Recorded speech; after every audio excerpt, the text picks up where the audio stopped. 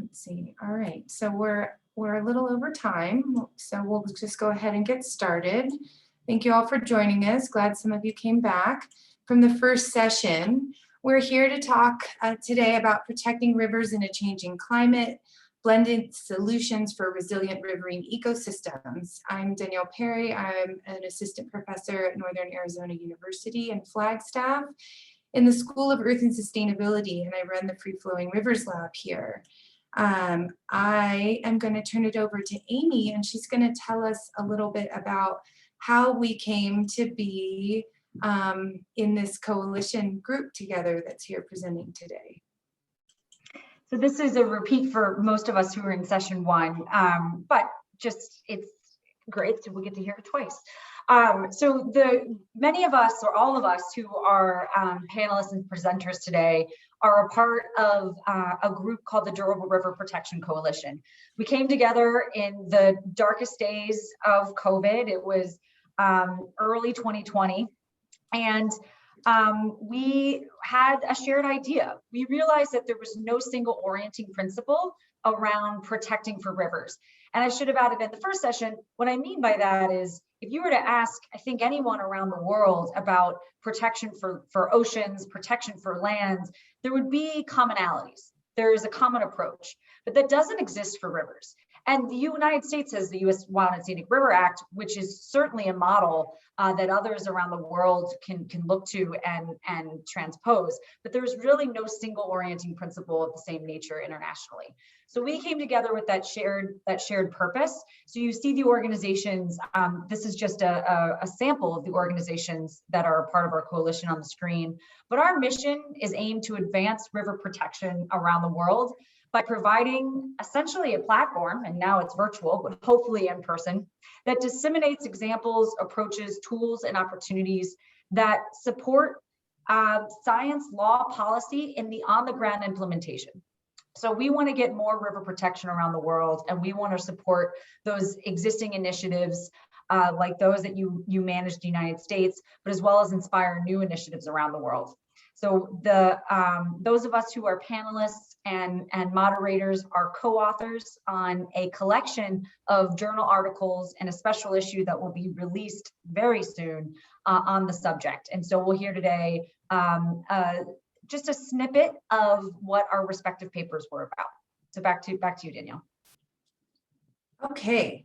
So for those of you who are just joining us, the first session, some of the main takeaways from that session were that when we're thinking about resilience, we really need to be thinking about solutions that engender socio-ecological resilience. And we heard a great example of a women's prison where they're teaching women how to plan and implement green infrastructure through planting buffers. And that provides them not only with opportunities for jobs when they get released from the prison, but also their own sense of well-being from having access to green space. And meanwhile, they're helping society adapt to climate change. So those types of coupled solutions, blended solutions to engender resilience across the board. Another takeaway was that we still need to advance education and understanding about the benefits and drawbacks of gray versus green infrastructure solutions to climate change. And we heard an example of how, people generally jump to the idea of let's build a dam and a reservoir to help contend with increased flooding, but that is not always the solution for the flooding. So understanding what causes flooding and some green infrastructure solutions to help mitigate flooding, like installing riparian buffers, for example. And then the third takeaway was that when we're thinking about solutions, blended solutions for resilient riverine ecosystems, we really need to be thinking about integrating those solutions, that we need to integrate terrestrial and aquatic ecosystem protections for their reciprocal benefits, that we need to transcend ownership types between private and public lands, and that we really need to be thinking across scales in these types of programs, and busting silos and not staying within our own sectors, but really being multidimensional in who we're involved with and how we're approaching these solutions. So just a really quick takeaway here. I feel like this slide is out of place. I'm going to skip this slide and move into this next session here. Well, actually, we can go through it. So Amy was talking about different types of protection mechanisms that we're going to talk about in this section. And real quickly, these are from an article in the special issue that Ian and I published along with a few students in the lab. And it was a global assessment of the different types of durable protections that exist that either explicitly or implicitly prohibit dams from being developed in river systems. And globally, we see that there's only, in over 50 years, there's only 8 river conservation systems modeled after the wild and scenic river system in the world. There are 7 countries that have some sort of executive policy that prohibits dams, such as a presidential decree. And at the time that we published this, there were 6 countries in the world that had this rapidly expanding policy, the rights of rivers, which we'll hear about in this session.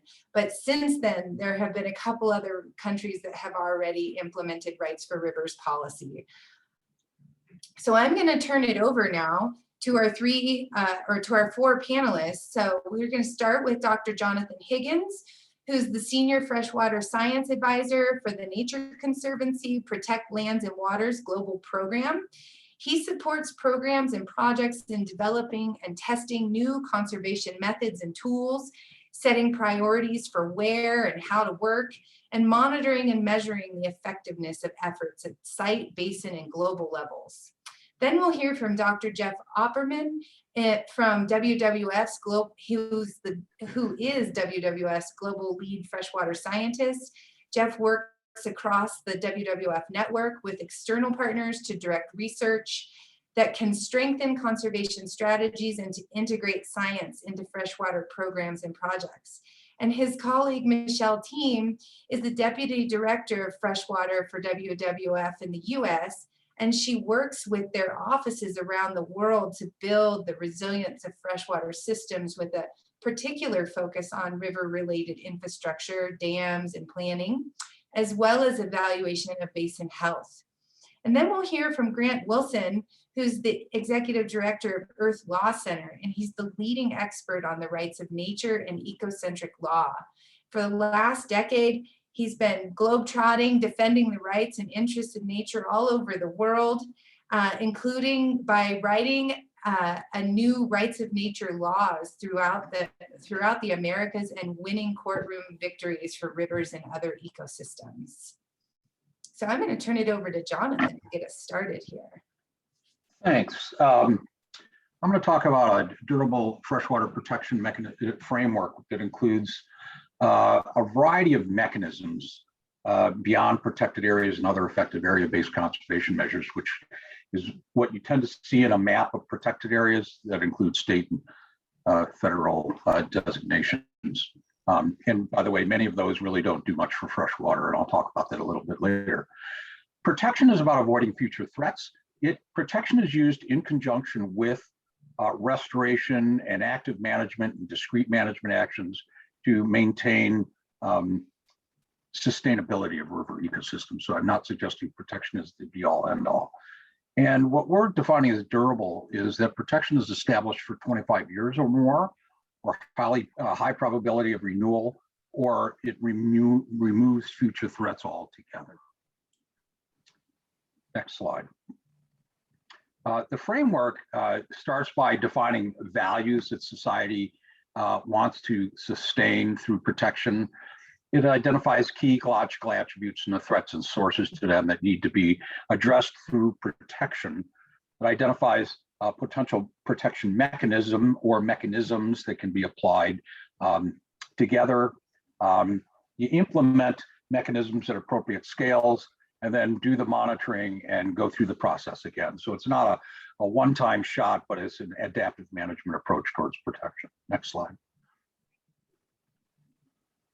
So this starts with engaging stakeholders and understanding what they care about. You know, it can range from biodiversity to recreation, religious rights, sustainable fisheries, scenic landscapes, drinking water sources. It could be one or many or all of those things all at once. So we're looking at how we protect naturally functioning ecosystems to provide that. We don't consider just engaging stakeholders at this point. This is just the beginning of engaging stakeholders, because they should be involved throughout the whole process of defining what's going to be implemented, how that's going to be implemented, and actually be engaged in the implementation, as we've seen with discussions with Allison and Alan. Next slide, please. The 5 key ecological attributes that we focus on tend to be hydrologic regime, water quality, connectivity, physical habitat, and biotic composition in terms of what are threats to the biota, direct threats such as overharvesting or introduction of invasive species, protection mechanisms that can avoid those things. Some of the threats to them are shown here. You've got dams, irrigation, you've got nutrients and pesticides from agriculture, point sources of water pollution, you've got levees, overharvesting, you've got gravel mining and directly in the channel of streams. So we're trying to protect those happening, and then you can actually do restoration in the same places to bring places up. Next slide, please. So we list a variety of protection mechanisms. The category of legal mechanisms are those that are most commonly known, things like legislation that focus on freshwater ecosystem protection, administrative designations that give special protection to a whole or portion of a freshwater ecosystem, regulations focusing on freshwater ecosystem protection, acquisitions of enforceable rights in land or water by holders of those rights. For instance, purchasing water rights so that you can maintain flows in river systems. Judicial actions where courts with jurisdiction orders form freshwater ecosystem protection. Then non-legal mechanisms such as indigenous peoples and local communities, collective management, common pooled resources, which by the way could be more long-term and durable than a lot of legislative, which we saw from our past administration. Next slide. Some examples of these, certainly isn't the whole breadth of things, but the top line is an example where you know, the Middle Fork of Flathead River was smack dab in the middle of the Bob Marshall Wilderness. You have to hike at least 6 miles to get to it. But they were going to build a dam on that river. The watershed itself was protected, but the river itself wasn't. So the Wild and Scenic River Act actually grew out of the need for that to happen, and it was implemented in this river system, both on the north, middle, and south forks of the river. Protecting hydrologic regime has been done at a state level in Connecticut, where there are environmental flow standards and regulations to protect outstanding quality freshwater ecosystems from flow alteration. So that's an example of a non-protected area approach. Fisheries, wildlife, and Maori cultural, recreational, wild, and scenic or scientific values are protected through New Zealand's water conservation orders, which prioritize protecting any identified outstanding features that have been defined by them. And an example, through fisheries, which is often a community-based thing, are community-based no-take fish reserves in Thailand's Salween River Basin to protect population recruitment and feeding areas, supporting fisheries and spillover zones. You know, those are patrolled. They don't have formal legal designation, but there are many culturally managed sections of rivers or headwaters that are actually pretty durable, because the cultural taboos against doing things against cultural norms is pretty strong. I'll end there.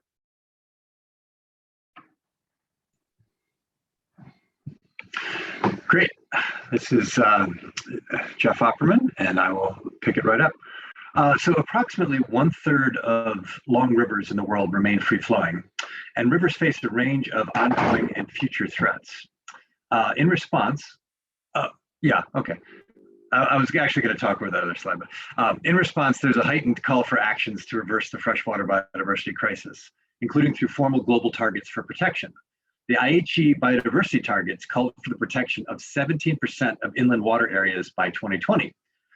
In this presentation, we'll examine the levels and spatial patterns of protection for a specific type of inland water, free-flowing rivers, and we'll focus on one form of protection, that is the presence of a river within a formally designated protected area. This is just one form of protection. Jonathan just reviewed many others, but it's almost certainly the form of protection that has the most river kilometers globally within it. So we use the Free Flowing Rivers database and the World Database of Protected Areas to examine patterns of rivers within protected areas.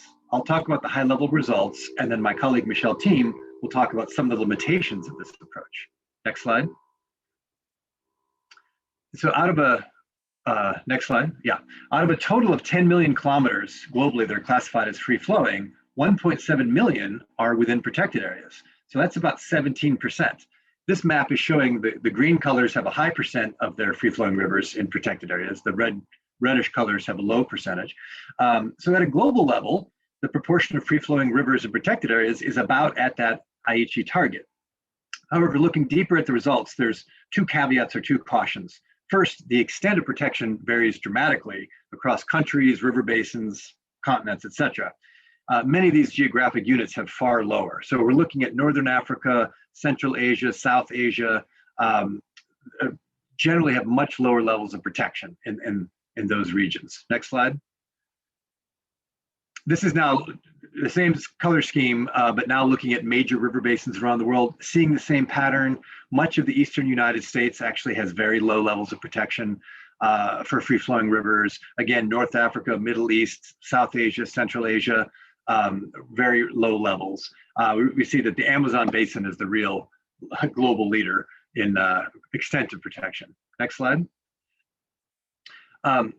And now we're looking at individual long and very long rivers, greater than 500 kilometers or greater than 1,000 kilometers, and their levels of protection.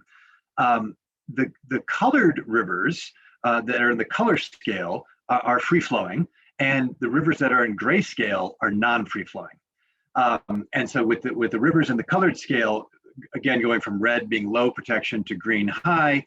In the grayscale, it's light gray for low protection to black for high. And one thing we can see here is that, for example, Europe has essentially no long free-flowing rivers, but they have high levels of protection of those rivers.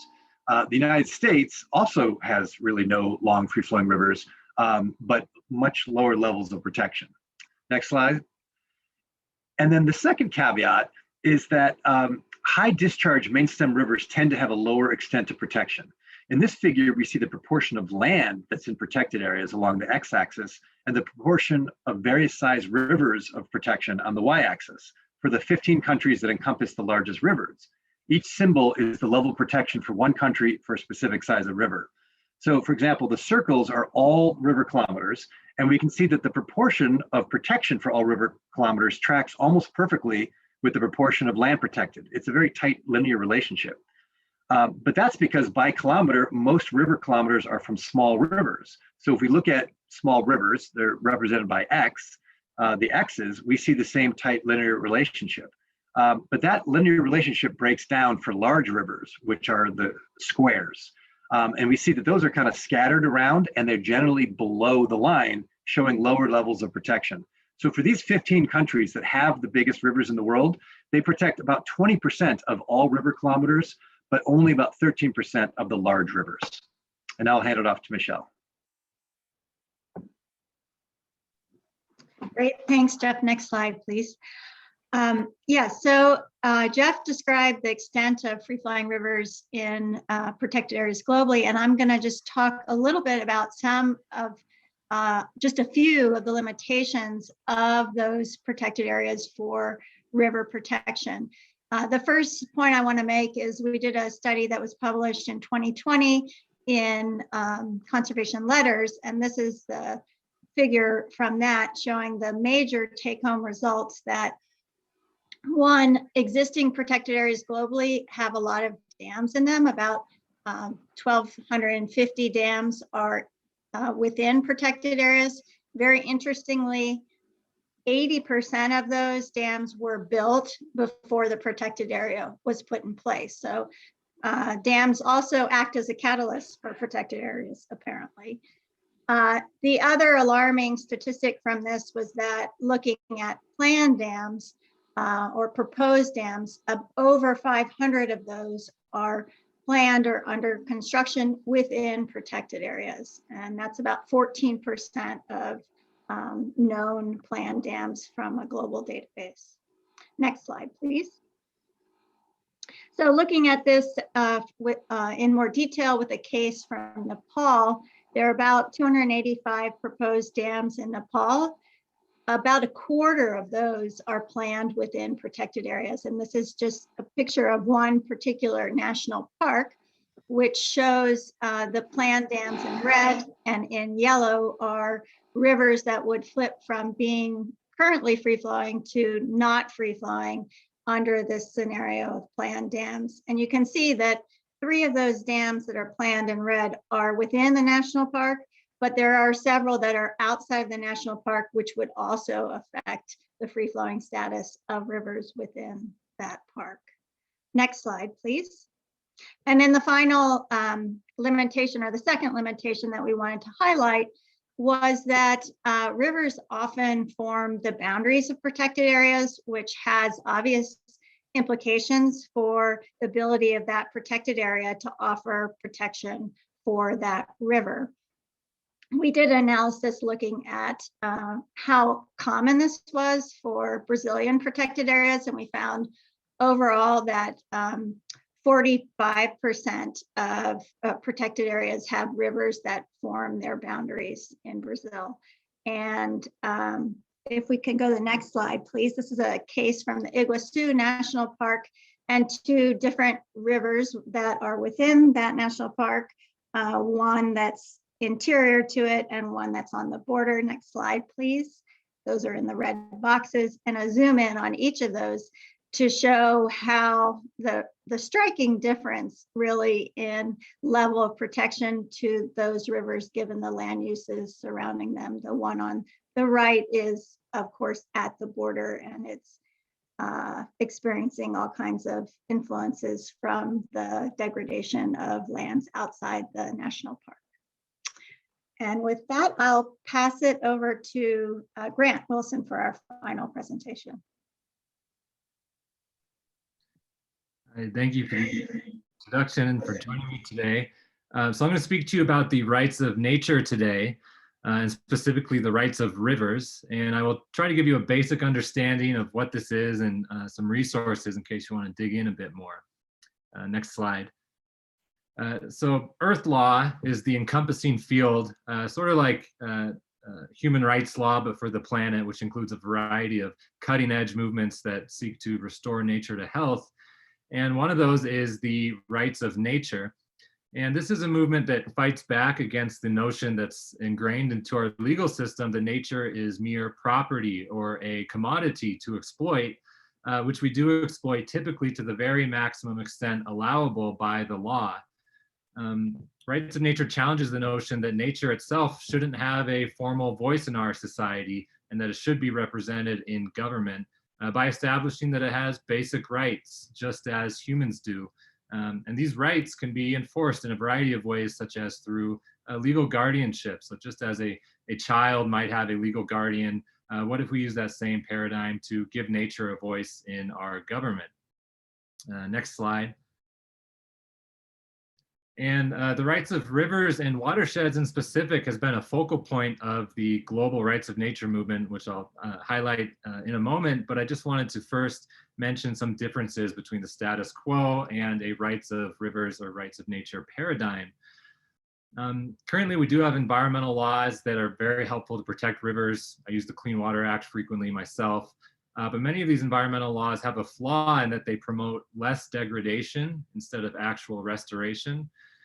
And other laws have a negative goal, such as the Endangered Species Act, which is used to prevent extinction, But what if instead the purpose of this sort of law was to promote thriving populations of species, which again is a positive goal instead of a negative one?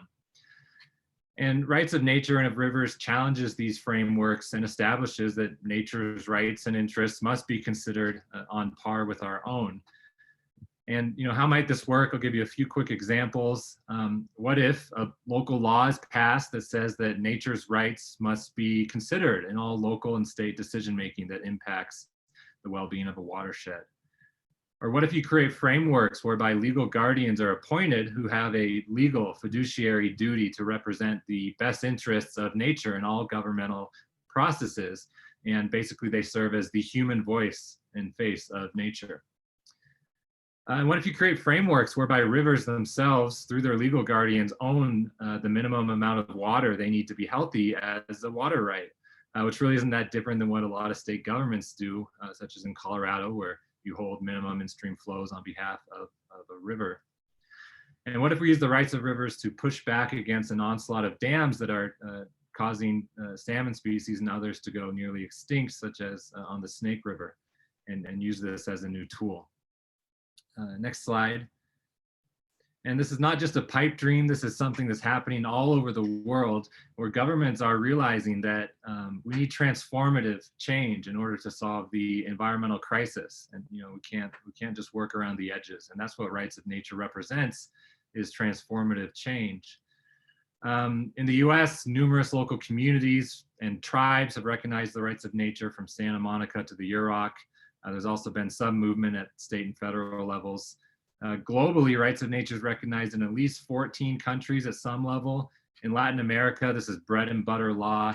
In places like New Zealand, they've recognized with a treaty agreement, in this case, between the government and the Wanganui Iwi indigenous peoples, the rights of the Wanganui River, and appointed legal guardians to enforce those rights. And now they are engaging in all sorts of governance processes to ensure this river is healthy. We've seen a series of landmark court decisions coming out in places like Colombia and Ecuador, establishing the rights of rivers and ordering the government to take restorative actions to make sure these rivers are better protected. Next slide. Earth Law Center's work in this field is to create replicable legal models that are able to be used by governments across the world to easily and with a little bit of a nudge, implement the rights of nature. Here's a rights of rivers model. We also just posted online yesterday a new model for local governments to pass rights of nature ordinances and resolutions that create legal guardians for their local watersheds, and that are drafted in a way so as to not conflict with state water law. So be sure to check that out. Next slide. And then in the United States, a focal point of the movement has been leadership from tribal nations to recognize the rights of rivers based on their tribal sovereignty, their tribal belief systems, and their longstanding understanding that long predates our water law system, that humans have a duty to protect ecosystems, including rivers. And whether you call that rights or something else is maybe not important, but tribes such as the Klamath and Yurok and many others are drawing from this concept to begin to instill new ethics of water protection and new frameworks by which we can recognize the rights of rivers. And because they're sovereign entities that reserve all rights not given up by treaty, this is something that I think water managers at the state level and federal level are going to start running into more. And so it's a good idea to begin these conversations to figure out how this will all work together. Next slide, which I think is just me saying thank you. Thank you. And I think I'm passing it over to Ian now to move things on the discussion forward. Sure, thanks. So I'll just briefly introduce myself. I'm Ian Harrison. I work for, I'm actually based in Arizona in Flagstaff, but I work for Conservation International, an international NGO based out of Arlington, Virginia. I work in their Moore Center for Science. I've worked for them since about 2008, and a good part of my work for them has actually also been collaborative work with the International Union for the Conservation of Nature, IUCN, working with their Global Species Program, and also working with some of their commissions, the Species Survival Commission, and the World Commission on Protected Areas. So they have freshwater groups. Michelle is a part of the SSC Freshwater Conservation Committee. Becky is the chair of the World Commission on Protected Areas Freshwater Specialist Group. So I just as a kind of as a sort of way of breaking into the workshop, I was just going to talk about some of the kind of the breaking news work, I suppose, from the global policy framework, and just try and put it into the context of how it might be useful to this discussion. And I mean, it's evident from the two sessions we've just had that, I mean, there is this growing awareness of the need to do a better job of protecting freshwater ecosystems, protecting rivers.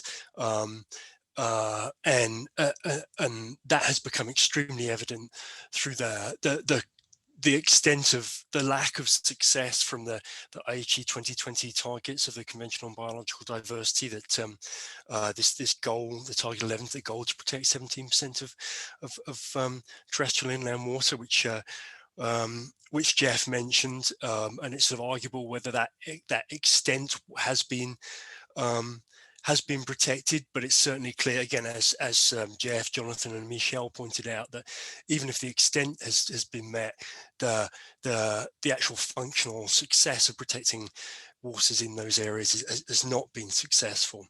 And there's this kind of growing awareness now that as the Convention on Biological Diversity looks towards the next 10 to 30 years for its post-2020 global biodiversity framework, we need to kind of rethink that process, and I'll come back to that in a second. But one of the outcomes of this general thinking has been a series of resolutions passed by IUCN, many in 2020, many of which actually addressed fresh water. You can go the link at the bottom of the slide goes to this one I've got here, but you can look at the others. I'm highlighting this one, which was put forward by WWF, the one on protecting rivers and their associated ecosystems, as particularly relevant to what we've been talking about here, because it's specifically referencing the protection and restoration of rivers, identifying where to do that protection, enacting the protection mechanisms that make that protection work, and doing the restoration. And behind that, those kind of overarching messages, there are specific mechanisms that are being recommended of how one does that, and that includes statements such as working with civil society, communities, indigenous groups, the private sector, and others to identify and restore and protect free-flowing rivers, and ensuring that all contracts involving major infrastructure projects impacting national waterways include a provision that local stakeholders are included in the planning stages and their concerns are incorporated into discussion. So this essentially is a kind of a set of recommendations, a mandate that was passed by IUCN and its membership. And IUCN is the largest conservation organization or group of organizations, if you like, consortium in the world, over 70 years old. There's something like 1,300 member organizations with about 15,000 experts covering with representation for 160 countries around the world. So it is the voice of conservation for the world. And this motion was voted on, supported by by almost 570 of those member organizations. That's government members, NGOs. 80% of the voting membership agreed that these things had to be done. And so it's essentially a mandate to the international conservation community and associated governments that these are things which we need to think about. But so, and when I've talked about this with colleagues of mine, they said, well, that's great, but kind of how is it relevant to me working on my river? And the thing is, it's important because basically it is a statement saying this is what the global conservation community agree is important, that has to be done. So and I've used it for when I'm applying for grants. I've used these resolutions when applying for grants or when making statements of support from governments, or writing letters of support to local governments asking for change. I've cited this as this kind of statement of overarching need that is recognized globally. So it gives a voice. It says there is a global voice for this. But the other value of this is, so when I've used it in proposals, basically it's like saying, well, if we want to do this, then so when I've written proposals, I've said this work is actually addressing this, where this work will help us achieve this. It's as Jason had said earlier, it's kind of like, if we want to actually achieve some of our big conservation and management goals, it starts at the kind of local solution space, and the work that's been discussed here is a mechanism to make this thing happen. And in applying something like this and the other resolutions, it's moving us towards, as I mentioned before, the post-2020 process, how we do a better job at achieving protections. And as James Van Esch had said, it's like, we've got to think, we've got to be more adaptable. I think we've got to be, and as Jonathan has said, there are mechanisms in thinking outside of the box on protected areas, and being more adaptable and being more kind of nimble and about how we do protections. We've got to think, like as James has said, what are we managing these things for?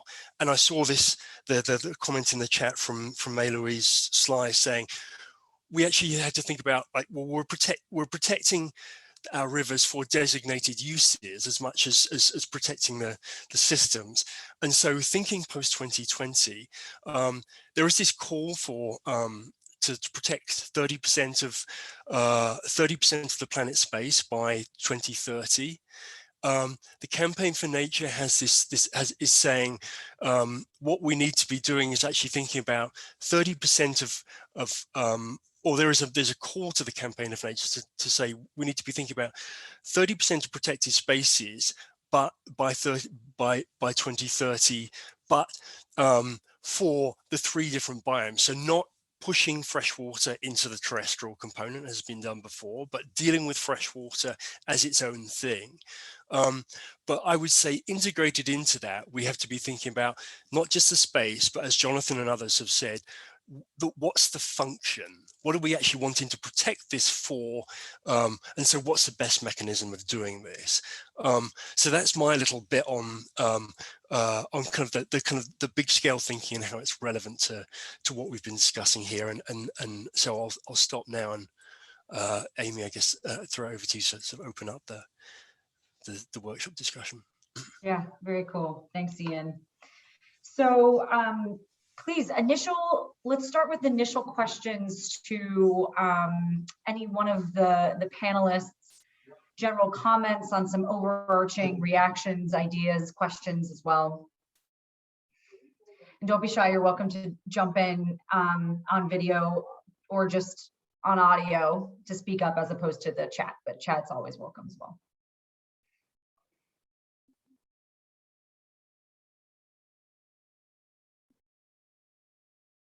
So we have a question from Alan. So Alan, I'll just read it aloud and please jump in.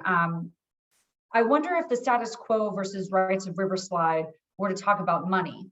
For example, status quo is development interests in governments, mostly are the ones with money funding in the status quo, and the right of river.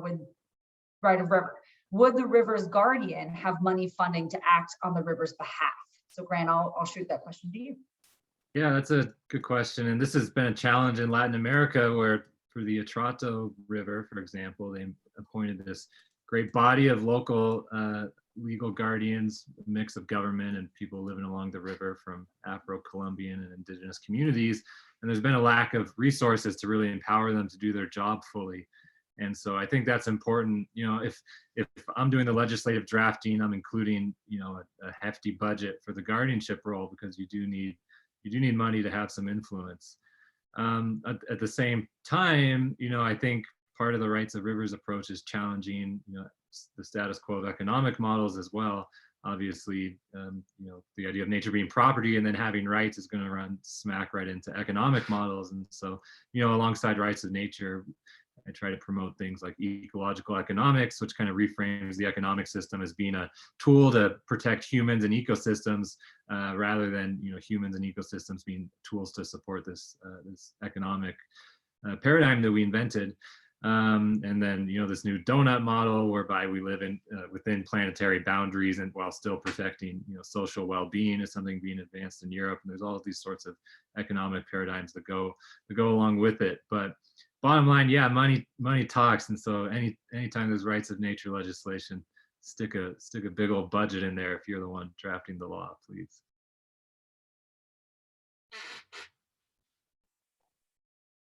Thank you, Grant. Thank you, Alan. I see another question in the chat box from James Bonish. Ask also to Grant is what is it about the socio-political context that makes rights of rivers take root? Why yes in Canada but not US, or is it at more local scale than national?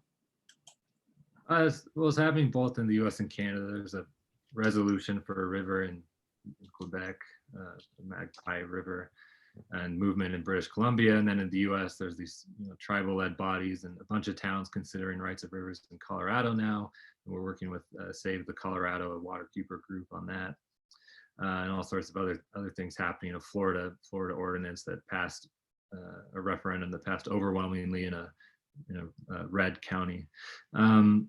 And you know, what makes it take root, combination of things. You know, it's definitely been a grassroots movement to start, you know, smaller grassroots groups and indigenous leadership as well. And now it's kind of picking up at the mainstream.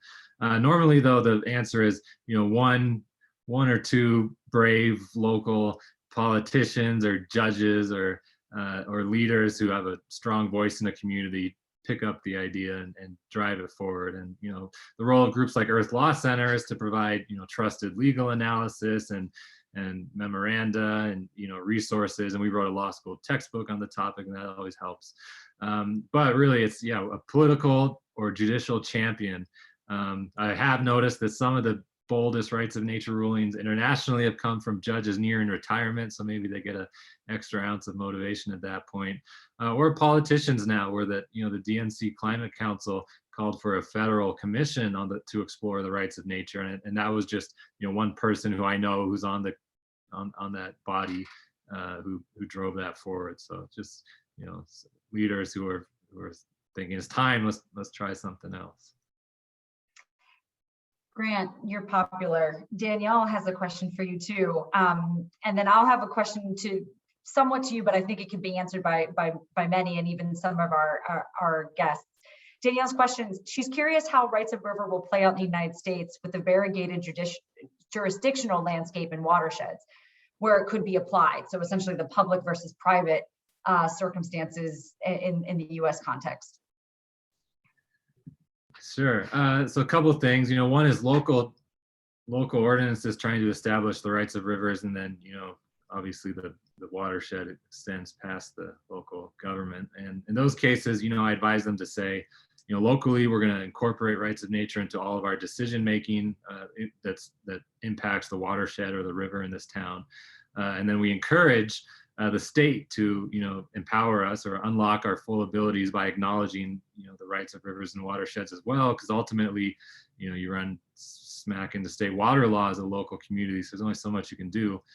And then in terms of the public versus private, you know, one of the big arguments against this is, oh, the, you know, Fifth Amendment, you know, takings clause, you can't take my private property. And a couple quick comments there. One is this doesn't take anything. You know, if anything, kind of how rights of a watershed would work in practice is, as a property owner, you know, you can still keep trespassers off your property and, grow your vegetables and live there, and all those property rights that you have as your bundle of sticks. But perhaps you have to, restore, native species within your property, and you have, if you're, for with whatever watershed you're in, you have to abide by a plan that's meant to, reduce the runoff of pollutants into whatever wherever the watershed's flowing, and basically doing all these things that you can do now optionally but are not required to.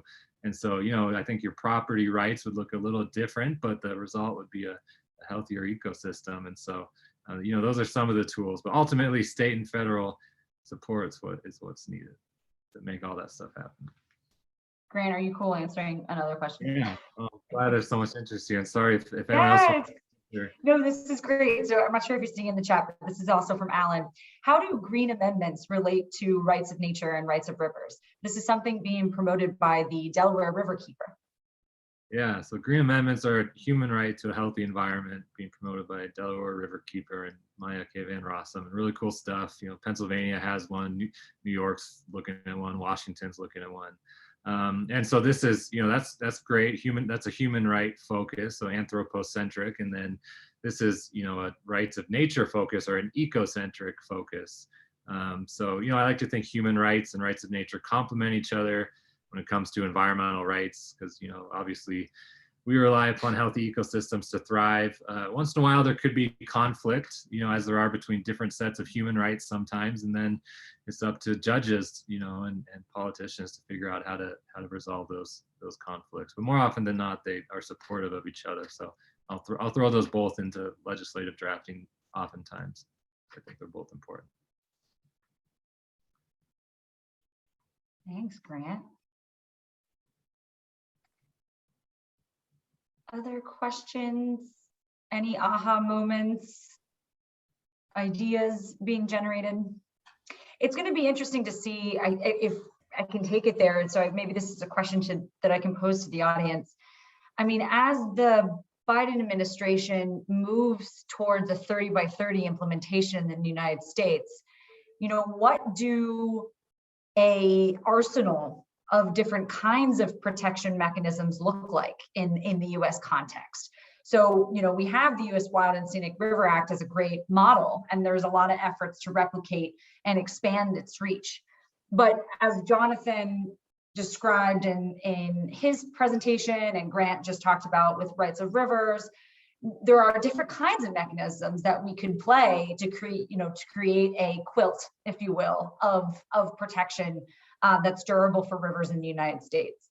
So do these different kinds of mechanisms resonate with you as managers, as advocates for future designations for rivers?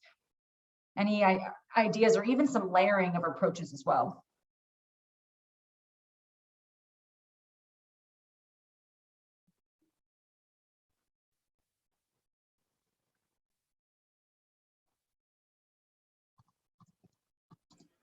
Well, this is Alan. One of the questions I have about this is about some of these other approaches is, it seems like we're already challenged to implement what we have. Like, it's a constant battle with our state to implement the Clean Water Act properly, or to recognize the National Park Service's standing on our wild and scenic rivers. My bar right now is I'd like people to implement the rules as written. That's not even getting into whether those rules are right or sufficient. So if that's our starting point, that's our current culture, how do we do the practical steps to do more than that? That's a good point, actually. I'll respond to that because, if water quality, if pressures from future threats from water quality are the biggest issues, if that's the biggest threat, that's the one that you should focus on. And there are a lot of things that are in place on the books, but they're not being administered to. They're not being regulated. They're not being enforced. That's a huge problem. It's just like there are a lot of protected areas in the world, but they don't even have fresh water in their management plans. They don't pay attention to the freshwater resources. And so, there's a lot of stuff that's out there that's in place, but it's not being effectively implemented. So that is an issue.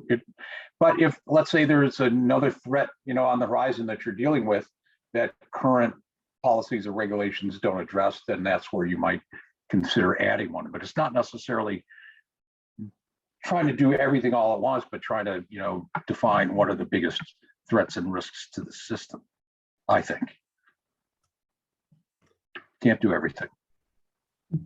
So, Alan, you hit on a point I was thinking about as well, in response to Amy's question. And thanks to all the panelists for presenting during this session. Part of what I'm thinking about, as it relates to 30 by 30 and other freshwater protection efforts, is what does that tie into assessing how we are doing with the current protection measures in place? Is it enough to just put the protection stamp on an area and think that the work is done? Because, for instance, with wild and scenic rivers, to ensure protection and enhancement of free-flowing condition, water quality, and outstanding remarkable values takes stewardship efforts. It takes monitoring. Yes, there's the protection from future dam development, but in order to meet those other objectives, there's ongoing work, and I think there is at times a misperception that restoration activities are limited in these protected corridors, when that might be the type of work that's needed to build climate resilience, that it's not a protect and walk away. And so, I'd be curious with any of the other mechanisms explored, whether there is a focus on taking a look at how successful the protection measures are with meeting the ecological objectives, and whether the target will be changing in the future due to climate impacts. There's been a big push in protected area management effectiveness evaluations globally. I think they can be poorly done because they tend to be focused on inputs. Do you have enough funding to achieve your management objectives? Do you have enough staffing? It's not necessarily what changes have happened. So I think that the how effective monitoring is critical to understand what's going on. If you're doing quote protection, but the system is not being sustained at the level that it was in the past, then something's not either being addressed or the actions that you're taking aren't sufficient. So I think that, we all talk about the adaptive management cycle, but rarely is it ever done. And I think that that's a huge gap in implementing conservation overall. It's not only for freshwater, but it's a problem overall. I would agree, and I think that in my mind it's not one or the other, though, because clearly we need more protection for freshwater systems, right? I mean, the percent in the US for rivers is really low still that are actually protected, and it's true similar globally. So I think, I wouldn't say one, it's better. Well, maybe it is better just to take all our resources and invest it in the protections we already have and improve those and make them real. But I think there's also still a real need for increasing focus, both in terms of extent of protection, but also just even getting acknowledgement of rivers and wetlands and aquatic habitats in existing conservation plans for protected areas. Yeah, I'm going to argue here too. I think building on what Michelle and Jonathan mentioned, and then thinking back to the first session and the idea of implementing more green infrastructure strategies through the climate core. This idea that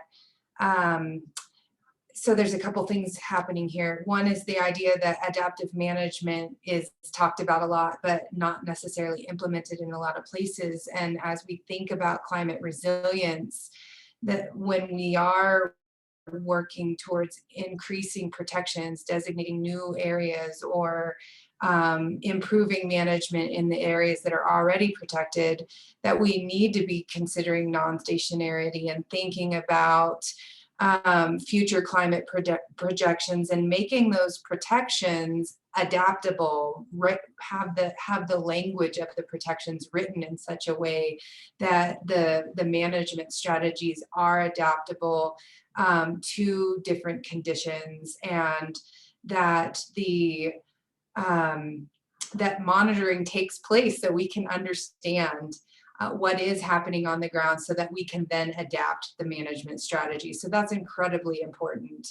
And then this idea that, yeah, we need more protection and we need to better manage. And one way to move that forward is through these ideas that we have now at a policy level through 30 by 30 and Climate Core, not kind of taking some of the pressure off of the people who have traditionally been in charge of protecting these resources, but actually expanding that out to more civil society.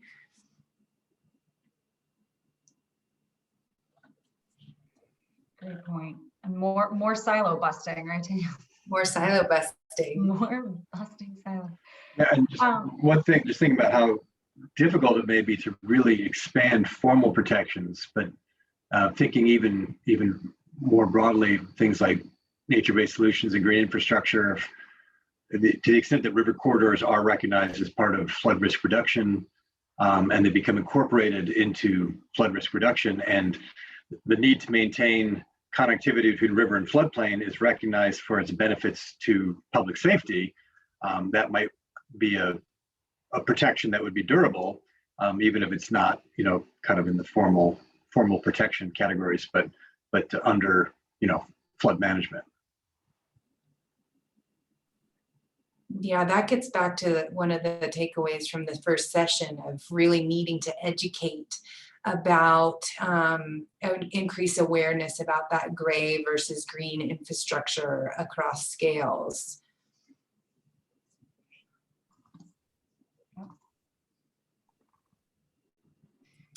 Guys, it's hard to believe, but I think we're essentially at time. Is there a burning question or comment that anyone wants to bring out? Or I think I'll hand it to Danielle to close. All right, well, I'll share my screen with a big thank you for your attendance and just some acknowledgements to the people who and the entities that helped us facilitate these sessions today. If you have any questions, feel free to contact any of us with follow-ups. Go ahead, if you would like us to provide any information you can go ahead and put your email in the chat box, and we'll get back to you with some of the materials we talked about in an earlier session. And if you're interested in reading more about any of the talks that were given today, you can access the special issue that highlights the takeaway messages from each of the panelists here today. And here's the links. We can share these with you via a follow-up email if you'd like. But you can look up the special issue on durable river protections or durable protections for free-flowing rivers in this journal Sustainability.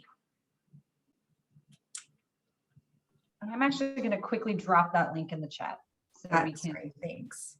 You bet. Thank you, Allison.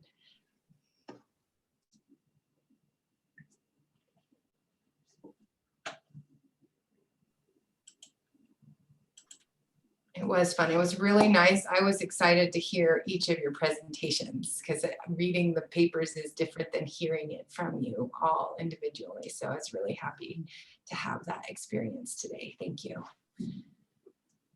Okay, well, that does it. We're off. So more great sessions happening. And I think Allison Connor is going to show us a little video or tell us a little bit about what's happening later on today in RMS for those of you who are continuing on with this symposium.